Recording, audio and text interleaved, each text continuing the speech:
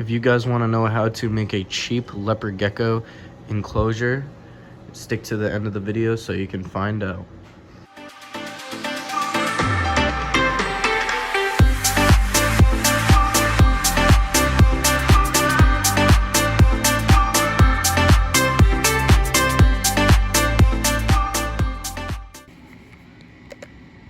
So for a water bowl, I like to use this Thrive brown reptile bowl. It's in small, I believe, but I love to use these for the water.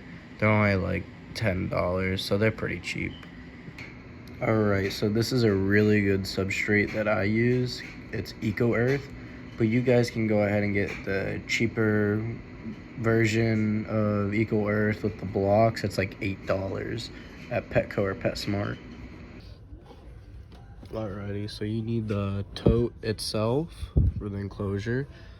I use 28 quart for a typical adolescent or adult leopard gecko. Some people say that you need smaller, but I use 28 quart. This is about the size of it, basically. You know, not too big, but not too small. I feel comfortable with it. Alright, for the humidity hides, I typically use these. They're about this big, enough for the gecko to dig and all that. They'll help with their shedding, keep their humidity up. Now for their food and calcium dish, I just typically get these like mealworm containers at PetSmart, and obviously I'll feed my geckos all the mealworms, and once there's no more, I dump it all out, and then I cut it at like a perfect point where they're able to get mealworms and eat the calcium, and that's what I use for food and calcium dish. Obviously you can go ahead and buy your own dish, but this is probably the cheapest way how to do it. And plus, if you go to PetSmart, get a bunch of worms and stuff, keep doing that over and over, you're gonna build up on these, which if you're a breeder, that'd be really helpful.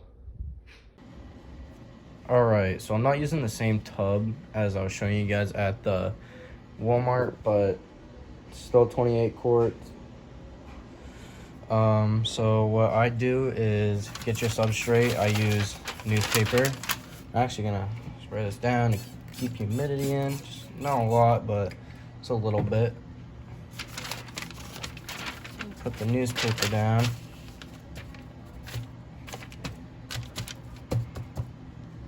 And you put the humidity hide in. This is what I do. I cut the top, make sure to burn the edges so it's not sharp. And I put, obviously, Eco Earth in, spray the Eco Earth so it's nice and moist. I'm not using the same water bowl, but as you can see with these, I use basically for all of them. I just haven't got to get this one a normal water bowl, but it's been working perfectly fine. Then I cut the little mealworm cups and sprinkle it on. And obviously I do the same for calcium bowl, but I noticed that this gecko was having armpit bubbles, so I just supplement it with that. Don't even give it a calcium bowl. And a new thing that I actually am doing is this, a second hide, one that isn't for humidity. I'm gonna spray this down one more time. Not much.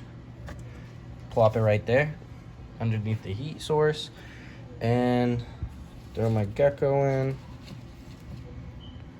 And my gecko can go ahead and pick out wherever it wants to go. So if you guys like this video, hit the like, subscribe, turn your notifications on so you don't miss any videos. And thank you guys for watching and have a great day. Peace.